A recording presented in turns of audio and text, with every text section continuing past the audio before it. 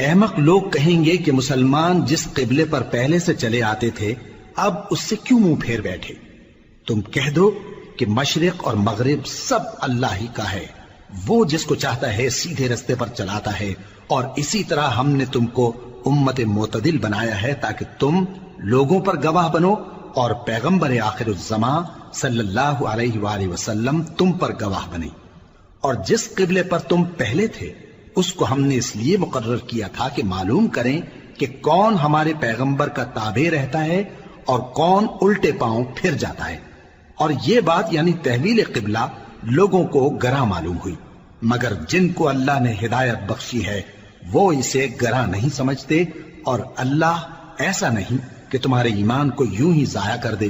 اللہ تو لوگوں پر بڑا مہربان ہے، صاحب رحمت ہے۔ اے پیغمبر صلی اللہ علیہ وآلہ وسلم، ہم تمہارا آسمان کی طرف منہ اٹھانا دیکھ رہے ہیں، سو ہم تم کو اسی قبلے کی طرف جس کو تم پسند کرتے ہو منہ کرنے کا حکم دیں گے۔ تو اپنا منہ مسجد حرام یعنی خانہ کعبہ کی طرف پھیر لو، اور تم لوگ جہاں ہوا کرو نماز پڑھنے کے وقت اسی مسجد کی طرف منہ کر لیا کرو۔ اور جن لوگوں کو کتاب دی گئی ہے وہ خوب جانتے ہیں کہ یہ نیا قبلہ ان کے پروردگار کی طرف سے حق ہے، اور جو کام یہ لوگ کرتے ہیں اللہ ان سے بے خبر نہیں۔ اور اگر تم ان اہل کتاب کے پاس تمام نشانیاں بھی لے کر آؤ تو بھی یہ تمہارے قبلے کی پیروی نہ کریں، اور تم بھی ان کے قبلے کی پیروی کرنے والے نہیں ہو، اور ان میں سے بھی بعض کے قبلے کے پیرو نہیں۔ اور اگر تم باوجود اس کے کہ تمہارے پاس علم یعنی اللہ کا حکم آ چکا ہے ان کی خواہشوں کے پیچھے چلو گے تو ظالموں میں ہو جاؤ گے۔ جن لوگوں کو ہم نے کتاب دی ہے وہ ان پیغمبر آخر الزمان صلی اللہ علیہ وآلہ وسلم کو اس طرح پہچانتے ہیں جس طرح اپنے بیٹوں کو پہچانا کرتے ہیں، مگر ایک فریق ان میں سے سچی بات کو جان بوجھ کر چھپا رہا ہے۔ اے پیغمبر صلی اللہ علیہ وآلہ وسلم، یہ نیا قبلہ تمہارے پروردگار کی طرف سے حق ہے، تو تم ہرگز شک کرنے والوں میں نہ ہونا، اور ہر ایک شخص کے لیے ایک سمت مقرر ہے جدھر وہ عبادت کے وقت منہ کیا کرتا ہے، تو تم نیکیوں میں سبقت حاصل کرو۔ تم جہاں ہوگے اللہ تم سب کو جمع کرے گا، بے شک اللہ ہر چیز پر قادر ہے۔ اور تم جہاں سے نکلو نماز میں اپنا منہ مسجد حرام کی طرف کر لیا کرو، بے شبہ یہ تمہارے پروردگار کی طرف سے حق ہے، اور تم لوگ جو کچھ کرتے ہو اللہ اس سے بے خبر نہیں۔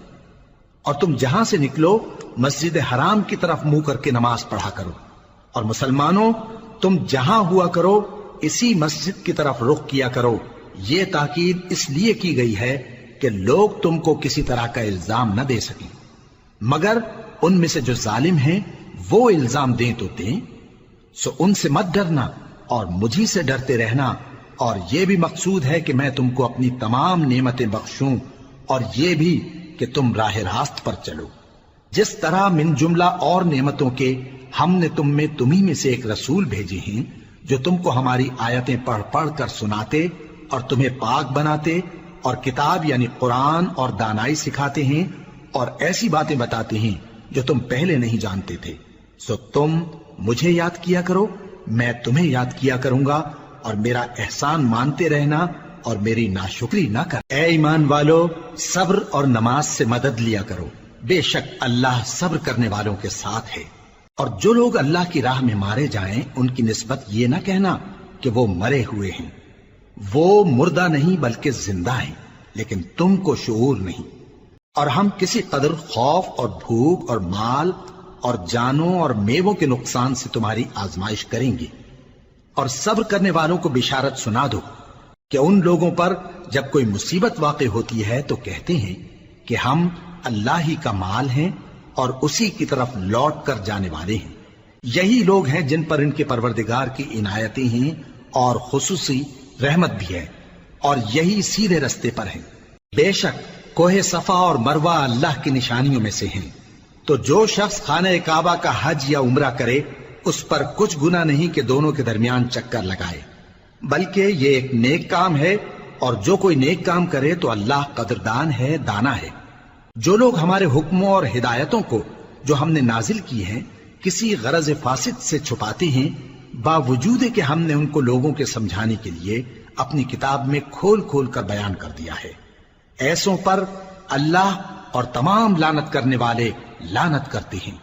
ہاں، جو توبہ کرتے ہیں اور اپنی حالت درست کر لیتے ہیں اور احکام الہی کو صاف صاف بیان کر دیتے ہیں تو میں ان کے قصور معاف کر دیتا ہوں، اور میں بڑا معاف کرنے والا، بڑا مہربان ہوں۔ جو لوگ کافر ہوئے اور کافر ہی مرے، ایسوں پر اللہ کی اور فرشتوں کی اور انسانوں کی سب کی لعنت، وہ ہمیشہ اسی لعنت میں گرفتار رہیں گے۔ ان سے نہ تو عذاب ہلکا ہی کیا جائے گا اور نہ انہیں کچھ مہلت ملے گی۔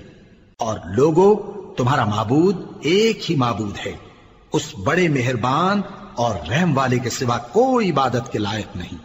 بے شک آسمانوں اور زمین کے پیدا کرنے میں اور رات اور دن کے ایک دوسرے کے پیچھے آنے جانے میں اور کشتیوں اور جہازوں میں جو سمندر میں لوگوں کے فائدے کے لیے رواں ہیں، اور میں جس کو اللہ آسمان سے برساتا اور اس سے زمین کو اس کے مردہ ہو جانے کے بعد زندہ یعنی خشک ہو جانے کے بعد سرسبز کر دیتا ہے، اور زمین پر ہر قسم کے جانور پھیلانے میں اور ہواؤں کے چلانے میں اور بادلوں میں جو آسمان اور زمین کے درمیان گھرے رہتے ہیں، عقل مندوں کے لیے اللہ کی قدرت کی نشانیاں ہیں۔ اور بعض لوگ ایسے ہیں جو غیر اللہ کو اللہ کا شریک بناتے اور ان سے اللہ کی سی محبت کرتے ہیں، لیکن جو ایمان والے ہیں وہ تو اللہ ہی کے سب سے زیادہ دوست دار ہیں۔ اور اے کاش ظالم لوگ جو بات عذاب کے وقت دیکھیں گے اب دیکھ لیتے کہ سب طرح کی طاقت اللہ ہی کو ہے، اور یہ کہ اللہ سخت عذاب کرنے والا ہے۔ اس دن کفر کے پیشوا اپنے پیروں سے بیزاری ظاہر کریں گے اور دونوں عذاب الہی دیکھ لیں گے اور ان کے آپس کے تعلقات منقطع ہو جائیں گے۔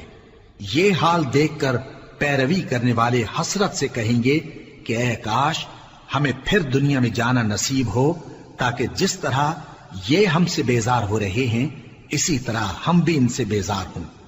اس طرح اللہ ان کے اعمال حسرت بنا کر دکھائے گا اور وہ دوزخ سے نکل نہیں سکیں گے۔ لوگوں، جو چیزیں زمین میں حلال طیب ہیں وہ کھاؤ، اور شیطان کے قدموں پر نہ چلو، وہ تمہارا کھلا دشمن ہے۔ وہ تو تم کو برائی اور بے حیائی ہی کے کام کرنے کو کہتا ہے، اور یہ بھی کہ اللہ کی نسبت ایسی باتیں کہو جن کا تمہیں کچھ بھی علم نہیں۔ اور جب ان لوگوں سے کہا جاتا ہے کہ جو کتاب اللہ نے نازل فرمائی ہے اس کی پیروی کرو، تو کہتے ہیں نہیں، بلکہ ہم تو اسی چیز کی پیروی کریں گے جس پر ہم نے اپنے باپ دادا کو پایا۔ بھلا اگرچہ ان کے باپ دادا نہ کچھ سمجھتے ہوں اور نہ سیدھے رستے پر ہوں، تب بھی وہ انہی کی تقلید کیے جائیں گے۔ جو لوگ کافر ہیں ان کی مثال اس شخص کی سی ہے جو کسی ایسی چیز کو آواز دے جو پکار اور آواز کے سوا کچھ سن نہ سکے۔ یہ بہرے ہیں، گونگے ہیں، اندھے ہیں کہ کچھ سمجھ ہی نہیں سکتے۔ اے اہل ایمان، جو پاکیزہ چیزیں ہم نے تم کو عطا فرمائی ہیں ان کو کھاؤ، اور اگر اللہ ہی کے بندے ہو تو اس کی نعمتوں کا شکر بھی ادا کرو۔ اس نے تو تم پر بس مرا ہوا جانور اور لہو اور سور کا گوشت اور جس چیز پر اللہ کے سوا کسی اور کا نام پکارا جائے حرام کر دیا ہے۔ ہاں، جو مجبور ہو جائے بشرطے کہ اللہ کی نافرمانی نہ کرے اور حد ضرورت سے باہر نہ نکل جائے، اس پر کچھ گناہ نہیں۔ بے شک اللہ بخشنے والا ہے، رحم کرنے والا ہے۔ جو لوگ اللہ کی کتاب سے ان آیتوں اور ہدایتوں کو جو اس نے نازل فرمائی ہیں چھپاتے اور ان کے بدلے تھوڑی سی قیمت یعنی دنیاوی منفعت حاصل کرتے ہیں، وہ اپنے پیٹوں میں محض آگ بھرتے ہیں۔ ایسے لوگوں سے اللہ قیامت کے دن نہ کلام کرے گا اور نہ ان کو گناہوں سے پاک کرے گا، اور ان کے لیے دکھ دینے والا عذاب ہے۔ یہ وہ لوگ ہیں جنہوں نے ہدایت چھوڑ کر گمراہی اور بخشش چھوڑ کر عذاب خرید لیا۔ یہ آتش جہنم کی کیسی برداشت کرنے والے ہیں۔ یہ اس لیے کہ اللہ نے کتاب سچائی کے ساتھ نازل فرمائی، اور جن لوگوں نے اس کتاب میں اختلاف کیا وہ ضد میں آ کر نیکی سے دور ہو گئے ہیں۔ نیکی یہی نہیں کہ تم مشرق و مغرب کو قبلہ سمجھ کر ان کی طرف منہ کر لو، بلکہ نیکی یہ ہے کہ لوگ اللہ پر اور روز آخر پر اور فرشتوں پر اور اللہ کی کتاب پر اور پیغمبروں پر ایمان لائیں، اور مال باوجود عزیز رکھنے کے رشتہ داروں اور یتیموں اور محتاجوں اور مسافروں اور مانگنے والوں کو دیں، اور گردنوں کے چھڑانے میں خرچ کریں، اور نماز پڑھیں اور زکات دیں، اور جب عہد کر لیں تو اس کو پورا کریں، اور سختی اور تکلیف میں اور جنگ کے وقت ثابت قدم رہیں۔ یہی لوگ ہیں جو ایمان میں سچے ہیں، اور یہی ہیں جو اللہ سے ڈرنے والے ہیں۔ مومنوں، تم کو مقتولوں کے بارے میں قصاص یعنی خون کے بدلے خون کا حکم دیا جاتا ہے، اس طرح پر کہ آزاد کے بدلے آزاد مارا جائے، اور غلام کے بدلے غلام، اور عورت کے بدلے عورت۔ اور اگر قاتل کو اس کے مقتول بھائی کے قصاص میں سے کچھ معاف کر دیا جائے تو وارث مقتول کو پسندیدہ طریق سے قرارداد کی پیروی یعنی مطالبہ خون بہا کرنا اور قاتل کو خوشخوئی کے ساتھ ادا کرنا چاہیے۔ یہ تمہارے پروردگار کی طرف سے تمہارے لیے آسانی اور مہربانی ہے۔ اب جو اس کے بعد زیادتی کرے اس کے لیے دکھ کا عذاب ہے۔ اور اے اہل عقل، حکم قصاص میں تمہاری زندگانی ہے کہ تم قتل و خونریزی سے بچو۔ تم پر فرض کیا جاتا ہے کہ جب تم میں سے کسی کو موت کا وقت آ جائے تو اگر وہ کچھ مال چھوڑ جانے والا ہو تو ماں باپ اور رشتہ داروں کے لیے دستور کے مطابق وصیت کر جائے۔ اللہ سے ڈرنے والوں پر یہ ایک حق ہے۔ پھر جو شخص وصیت کو سننے کے بعد اس کو بدل ڈالے تو اس کے بدلنے کا گناہ انہی لوگوں پر ہے جو اس کو بدلیں، اور بے شک اللہ سنتا جانتا ہے۔ اب اگر کسی کو وصیت کرنے والے کی طرف سے کسی وارث کی طرفداری یا حق تلفی کا اندیشہ ہو تو اگر وہ وصیت کو بدل کر وارثوں میں صلح کرا دے تو اس پر کچھ گناہ نہیں، بے شک اللہ بخشنے والا ہے، رحم والا ہے۔ مومنوں، تم پر روزے فرض کیے گئے ہیں جس طرح تم سے پہلے لوگوں پر فرض کیے گئے تھے تاکہ تم پرہیزگار بنو۔ روزوں کے دن گنتی کے چند روز ہیں، تو جو شخص تم میں سے بیمار ہو یا سفر میں ہو تو دوسرے دنوں میں روزوں کا شمار پورا کر لے۔ اور جو لوگ روزہ رکھنے کی طاقت رکھیں لیکن رکھیں نہیں، وہ روزے کے بدلے محتاج کو کھانا کھلا دیں۔ اور جو کوئی اپنی مرضی سے زیادہ نیکی کرے تو اس کے حق میں زیادہ اچھا ہے، اور اگر سمجھو تو روزہ رکھنا ہی تمہارے حق میں بہتر ہے۔ روزوں کا مہینہ رمضان کا مہینہ ہے جس میں قرآن اول نازل ہوا، جو لوگوں کا رہنما ہے اور جس میں ہدایت کی کھلی نشانیاں ہیں، اور جو حق و باطل کو الگ الگ کرنے والا ہے۔ تو جو کوئی تم میں سے اس مہینے میں موجود ہو چاہیے کہ پورے مہینے کے روزے رکھے، اور جو بیمار ہو یا سفر میں ہو تو دوسرے دنوں میں روزے رکھ کر ان کا شمار پورا کر لے۔ اللہ تمہارے حق میں آسانی چاہتا ہے اور سختی نہیں چاہتا، اور یہ آسانی کا حکم اس لیے دیا گیا ہے کہ تم روزوں کا شمار پورا کر لو، اور اس احسان کے بدلے کہ اللہ نے تم کو ہدایت بخشی ہے تم اس کو بزرگی سے یاد کرو اور اس کا شکر کرو۔ اور اے پیغمبر، جب تم سے میرے بندے میرے بارے میں دریافت کریں تو انہیں معلوم ہو کہ میں تو تمہارے پاس ہی ہوں۔ جب کوئی پکارنے والا مجھے پکارتا ہے تو میں اس کی دعا قبول کرتا ہوں، تو ان کو چاہیے کہ میرے حکموں کو مانیں اور مجھ پر ایمان رکھیں تاکہ نیک رستہ پائیں۔ روزوں کی راتوں میں تمہارے لیے اپنی عورتوں کے پاس جانا جائز کر دیا گیا ہے، وہ تمہاری پوشاک ہیں اور تم ان کی پوشاک ہو۔ اللہ کو معلوم ہے کہ تم ان کے پاس جانے سے اپنے حق میں خیانت کرتے تھے، سو اس نے تم پر مہربانی کی اور تمہاری حرکات سے درگزر فرمائی، تو اب تم کو اختیار ہے کہ ان سے مباشرت کرو۔ اور اللہ نے جو چیز تمہارے لیے لکھ رکھی ہے یعنی اولاد، اس کو اللہ سے طلب کرو اور کھاؤ اور پیو، یہاں تک کہ صبح کی سفید دھاری رات کی سیاہ دھاری سے الگ نظر آنے لگے۔ پھر روزہ رکھ کر رات تک پورا کرو، اور جب تم مسجدوں میں اعتکاف بیٹھتے ہو تو ان سے مباشرت نہ کرو، یہ اللہ کی حدیں ہیں، ان کے پاس نہ جانا۔ اسی طرح اللہ اپنی آیتیں لوگوں کے سمجھانے کے لیے کھول کھول کر بیان فرماتا ہے تاکہ وہ پرہیزگار بنے۔ اور آپس میں ایک دوسرے کا مال ناحق نہ کھاؤ، اور نہ اس کو رشوتاً حاکموں کے پاس پہنچاؤ تاکہ لوگوں کے مال کا کچھ حصہ ناجائز طور پر کھا جاؤ، اور اسے تم جانتے بھی ہو۔ اے پیغمبر، لوگ تم سے نئے چاند کے بارے میں دریافت کرتے ہیں کہ گھٹتا بڑھتا کیوں ہے۔ کہہ دو کہ وہ لوگوں کے کاموں کی میعادیں اور حج کے وقت معلوم ہونے کا ذریعہ ہے، اور نیکی اس بات میں نہیں کہ احرام کی حالت میں گھروں میں ان کے پچھواڑے کی طرف سے آؤ، بلکہ نیکوکار وہ ہے جو پرہیزگار ہو، اور گھروں میں ان کے دروازوں سے آیا کرو، اور اللہ سے ڈرتے رہو تاکہ کامیاب ہو جاؤ۔ اور جو لوگ تم سے لڑتے ہیں تم بھی اللہ کی راہ میں ان سے لڑو، مگر زیادتی نہ کرنا، کہ اللہ زیادتی کرنے والوں کو دوست نہیں رکھتا، اور ان کو جہاں پاؤ قتل کر دو، اور جہاں سے انہوں نے تم کو نکالا ہے یعنی مکے سے، وہاں سے تم بھی ان کو نکال دو۔ اور دین سے گمراہ کرنے کا فساد قتل و خونریزی سے کہیں بڑھ کر ہے، اور جب تک وہ تم سے مسجد حرام یعنی خانہ کعبہ کے پاس نہ لڑیں تم بھی وہاں ان سے نہ لڑنا۔ ہاں اگر وہ تم سے لڑیں تو تم ان کو قتل کر ڈالو، کافروں کی یہی سزا ہے۔ پھر اگر وہ باز آ جائیں تو اللہ بخشنے والا ہے، رحم کرنے والا ہے۔ اور ان سے اس وقت تک لڑتے رہنا کہ فساد نابود ہو جائے اور ملک میں اللہ ہی کا دین غالب ہو جائے۔ پھر اگر وہ فساد سے باز آ جائیں تو ظالموں کے سوا کسی پر زیادتی نہیں کرنی چاہیے۔ ادب کا مہینہ ادب کے مہینے کے مقابل ہے، اور ادب کی چیزیں ایک دوسرے کا بدلہ ہیں۔ پس اگر کوئی تم پر زیادتی کرے تو جیسی زیادتی وہ تم پر کرے ویسی ہی تم اس پر کرو، اور اللہ سے ڈرتے رہو اور جان رکھو کہ اللہ ڈرنے والوں کے ساتھ ہے۔ اور اللہ کی راہ میں مال خرچ کرو اور اپنے آپ کو ہلاکت میں نہ ڈالو، اور نیکی کرو، بے شک اللہ نیکی کرنے والوں کو دوست رکھتا ہے۔ اور اللہ کی خوشنودی کے لیے حج اور عمرے کو پورا کرو، اور اگر راستے میں روک لیے جاؤ تو جیسی قربانی میسر ہو کر دو، اور جب تک قربانی اپنے مقام پر نہ پہنچ جائے سر نہ منڈاؤ۔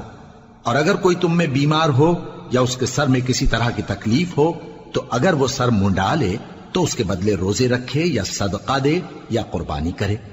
پھر جب تکلیف دور ہو کر تم مطمئن ہو جاؤ تو جو تم میں حج کے وقت تک عمرے سے فائدہ اٹھانا چاہے وہ جیسی قربانی میسر ہو کرے، اور جس کو قربانی نہ ملے وہ 3 روزے ایام حج میں رکھے اور 7 جب واپس ہو، یہ پورے 10 ہوئے۔ یہ حکم اس شخص کے لیے ہے جس کے اہل و عیال مکے میں نہ رہتے ہوں۔ اور اللہ سے ڈرتے رہو اور جان رکھو کہ اللہ سخت عذاب دینے والا ہے۔ حج کے مہینے معین ہیں جو معلوم ہیں، تو جو شخص ان مہینوں میں حج کی نیت کر لے تو حج کے دنوں میں نہ عورتوں سے اختلاط کرے، نہ کوئی برا کام کرے اور نہ کسی سے جھگڑے۔ اور جو نیک کام تم کرو گے وہ اللہ کو معلوم ہو جائے گا۔ اور زاد راہ یعنی رستے کا خرچ ساتھ لے جاؤ، کیونکہ بہترین زاد راہ پرہیزگاری ہے۔ اور اے اہل عقل مجھی سے ڈرتے رہو، اس کا تمہیں کچھ گناہ نہیں کہ حج کے دنوں میں بذریعہ تجارت اپنے پروردگار سے روزی طلب کرو۔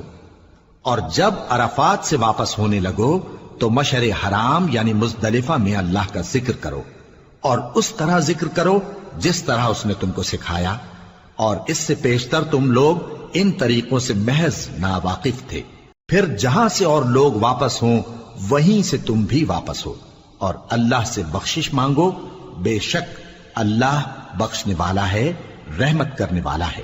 پھر جب حج کے تمام ارکان پورے کر چکو تو مینا میں اللہ کو یاد کرو جس طرح اپنے باپ دادا کو یاد کیا کرتے تھے، بلکہ اس سے بھی زیادہ۔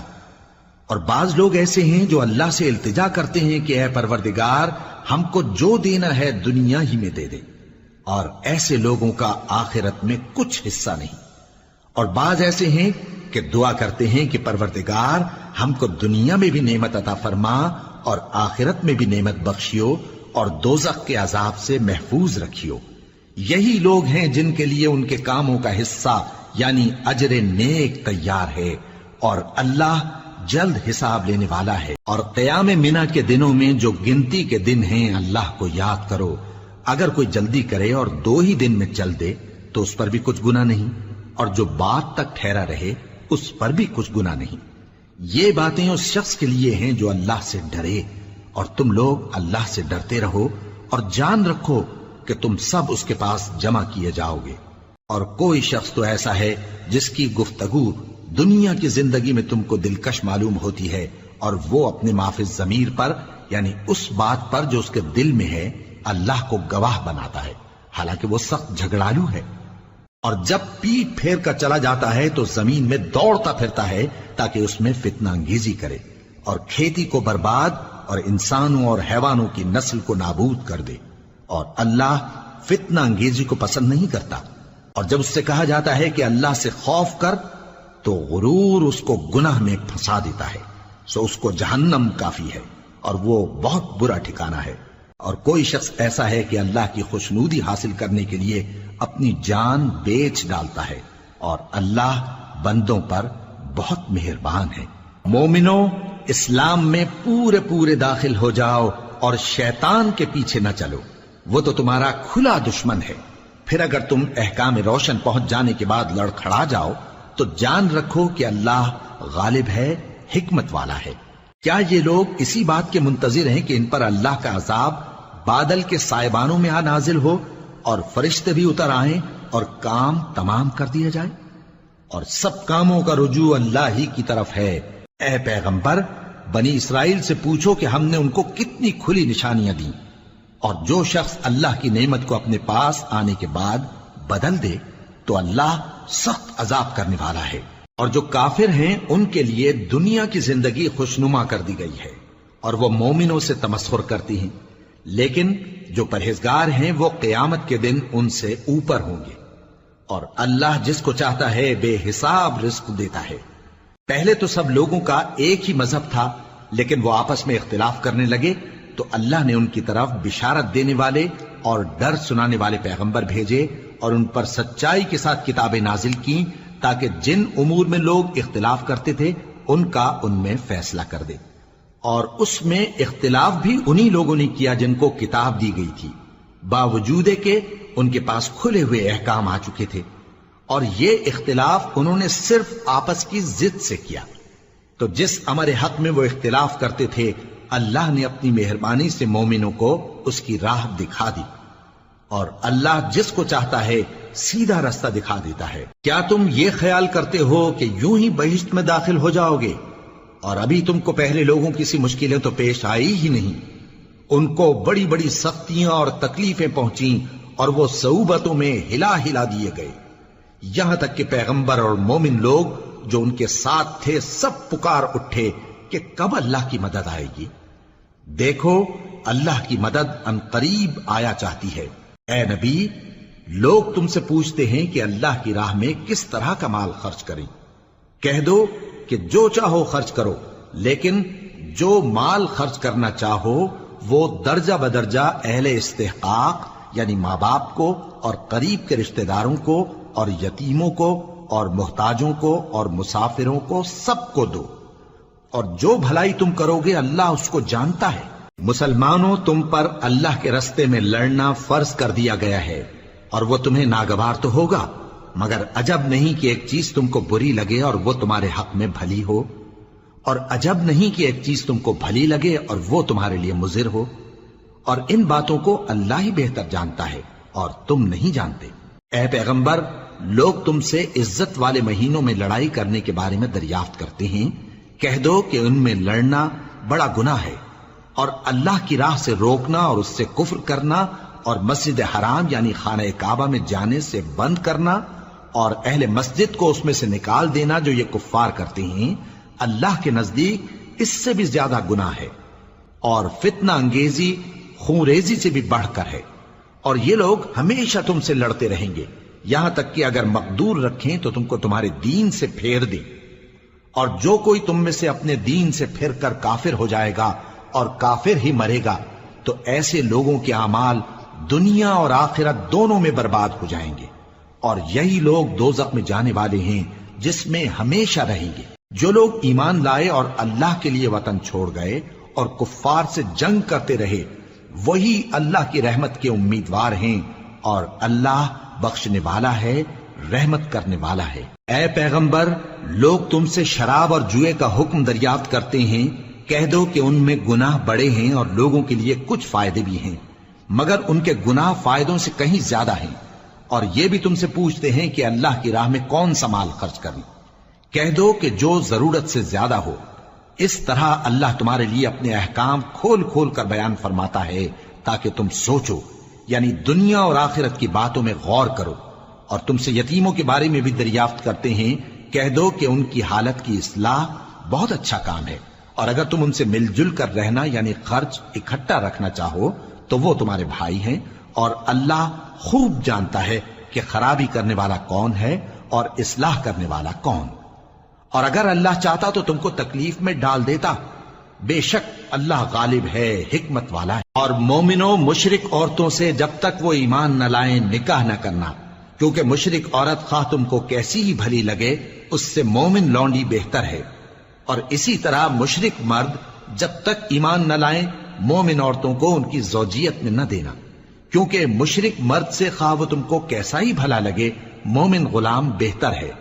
یہ مشرک لوگوں کو دوزخ کی طرف بلاتی ہیں، اور اللہ اپنی مہربانی سے بہشت اور بخشش کی طرف بلاتا ہے، اور اپنے حکم لوگوں سے کھول کھول کر بیان کرتا ہے تاکہ نصیحت حاصل کریں۔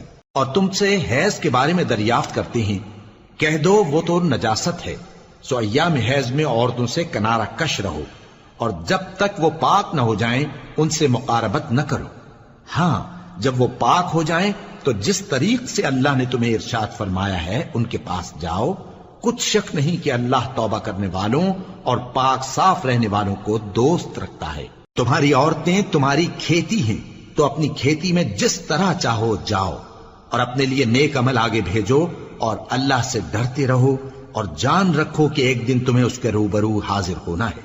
اور اے پیغمبر، ایمان والوں کو بشارت سنا دو، اور اللہ کے نام کو اس بات کا ہیلا نہ بنانا کہ اس کی قسمیں کھا کھا کر سلوک کرنے اور پرہیزگاری کرنے اور لوگوں میں صلح و سازگاری کرانے سے رک جاؤ، اور اللہ سب کچھ سنتا ہے، جانتا ہے۔ اللہ تمہاری لغو قسموں پر تم سے مواخذہ نہیں کرے گا، لیکن جو قسمیں تم قصد دلی سے کھاؤ گے ان پر مواخذہ کرے گا، اور اللہ بخشنے والا ہے، بردبار ہے۔ جو لوگ اپنی عورتوں کے پاس جانے کی قسم کھا لیں ان کو 4 مہینے تک انتظار کرنا چاہیے۔ اگر اس عرصے میں قسم سے رجوع کر لیں تو اللہ بخشنے والا ہے، مہربان ہے، اور اگر طلاق کا ارادہ کر لیں تو بھی اللہ سنتا ہے، جانتا ہے۔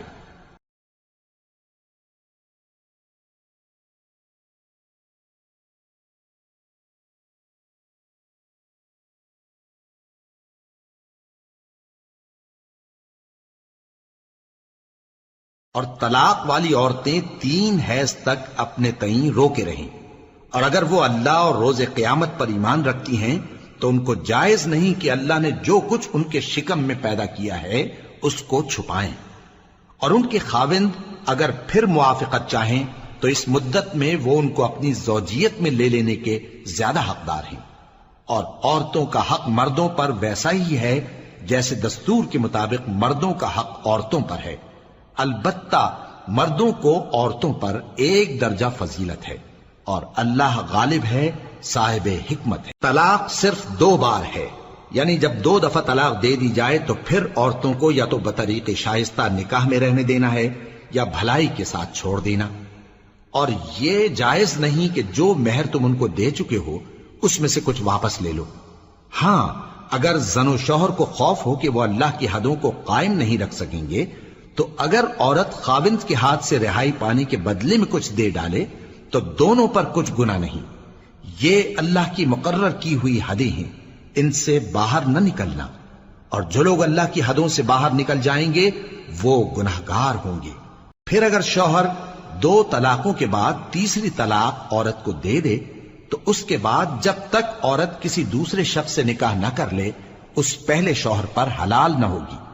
ہاں، اگر دوسرا خاوند بھی طلاق دے دے اور عورت اور پہلا خاوند پھر ایک دوسرے کی طرف رجوع کر لیں تو ان پر کچھ گناہ نہیں، بشرطے کہ دونوں یقین کریں کہ اللہ کی حدوں کو قائم رکھ سکیں گے، اور یہ اللہ کی حدیں ہیں، ان کو وہ ان لوگوں کے لیے بیان فرماتا ہے جو علم رکھتے ہیں۔ اور جب تم عورتوں کو 2 دفعہ طلاق دے چکو اور ان کی عدت پوری ہو جائے تو انہیں یا تو حسن سلوک سے نکاح میں رہنے دو یا بطریق شائستہ رخصت کر دو، اور اس نیت سے ان کو نکاح میں نہ رہنے دینا چاہیے کہ انہیں تکلیف دو اور ان پر زیادتی کرو، اور جو ایسا کرے گا وہ اپنا ہی نقصان کرے گا۔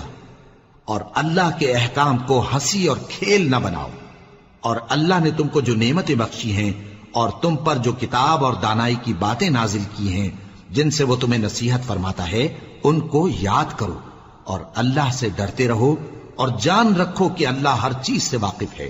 اور جب تم عورتوں کو طلاق دے چکو اور ان کی عدت پوری ہو جائے تو ان کو اپنے شوہروں کے ساتھ جب وہ آپس میں جائز طور پر راضی ہو جائیں نکاح کرنے سے مت روکو۔ اس حکم سے اس شخص کو نصیحت کی جاتی ہے جو تم میں اللہ اور روز آخر پر یقین رکھتا ہے.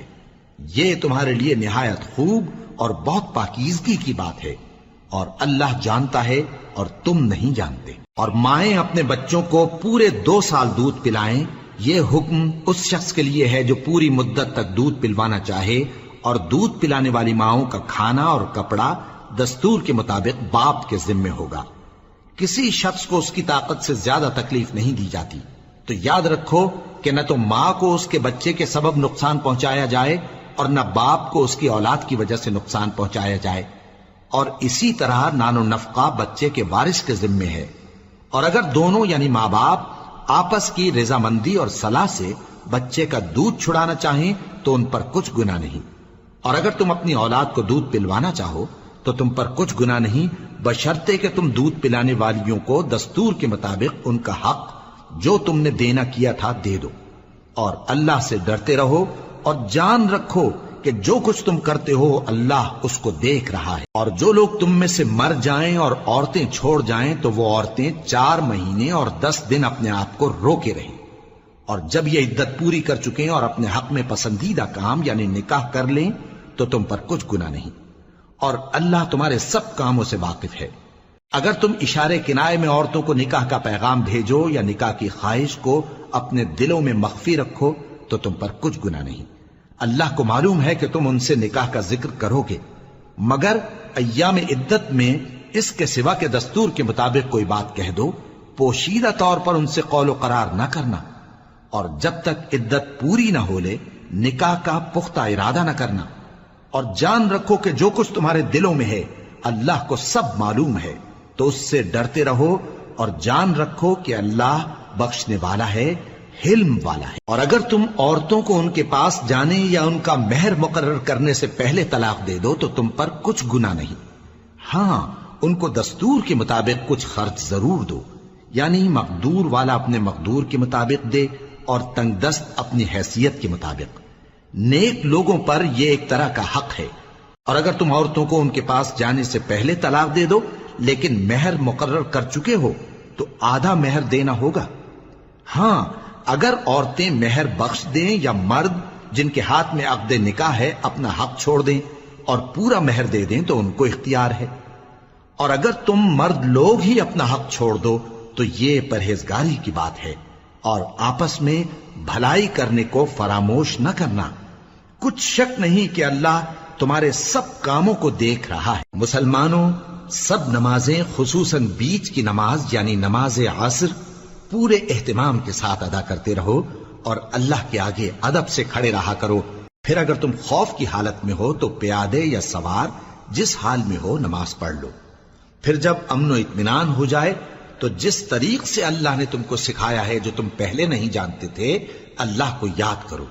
اور جو لوگ تم میں سے مر جائیں اور عورتیں چھوڑ جائیں وہ اپنی عورتوں کے حق میں وصیت کر جائیں کہ ان کو 1 سال تک خرچ دیا جائے اور گھر سے نہ نکالی جائیں. ہاں اگر وہ خود گھر سے چلی جائیں اور اپنے حق میں پسندیدہ کام یعنی نکاح کر لیں تو تم پر کچھ گناہ نہیں. اور اللہ زبردست ہے، حکمت والا ہے. اور مطلقہ عورتوں کو بھی دستور کے مطابق نان و نفقہ دینا چاہیے. پرہیزگاروں پر یہ بھی حق ہے. اسی طرح اللہ اپنے احکام تمہارے لیے بیان فرماتا ہے تاکہ تم سمجھو. بھلا تم نے ان لوگوں کو نہیں دیکھا جو شمار میں ہزاروں ہی تھے اور موت کے ڈر سے اپنے گھروں سے نکل بھاگے تھے؟ تو اللہ نے ان کو حکم دیا کہ مر جاؤ، پھر ان کو زندہ بھی کر دیا. کچھ شک نہیں کہ اللہ لوگوں پر مہربانی رکھتا ہے، لیکن اکثر لوگ شکر نہیں کرتے. اور مسلمانوں، اللہ کی راہ میں جہاد کرو اور جان رکھو کہ اللہ سب کچھ سنتا ہے، سب کچھ جانتا ہے. کون ہے کہ اللہ کو قرض حسنہ دے کہ وہ اس کے بدلے اس کو کئی گنا زیادہ دے گا؟ اور اللہ ہی روزی کو تنگ کرتا اور وہی اسے کشادہ کرتا ہے، اور تم اسی کی طرف لوٹ کر جاؤ گے. بھلا تم نے بنی اسرائیل کی ایک جماعت کو نہیں دیکھا جس نے موسیٰ کے بعد اپنے پیغمبر سے کہا کہ آپ ہمارے لیے ایک بادشاہ مقرر کر دیں تاکہ ہم اللہ کی راہ میں جہاد کریں؟ پیغمبر نے کہا کہ اگر تم کو جہاد کا حکم دیا جائے تو ایسا تو نہیں کہ لڑنے سے پہلو تہی کرو. وہ کہنے لگے کہ ہم اللہ کی راہ میں کیوں نہ لڑیں گے جبکہ ہم وطن سے خارج اور بال بچوں سے جدا کر دیے گئے۔ پھر جب ان کو جہاد کا حکم دیا گیا تو چند اشخاص کے سوا سب پھر گئے، اور اللہ ظالموں سے خوب واقف ہے۔ اور پیغمبر نے ان سے یہ بھی کہا کہ اللہ نے تم پر طالوت کو بادشاہ مقرر فرمایا ہے۔ وہ بولے کہ اسے ہم پر بادشاہی کا حق کیوں کر ہو سکتا ہے؟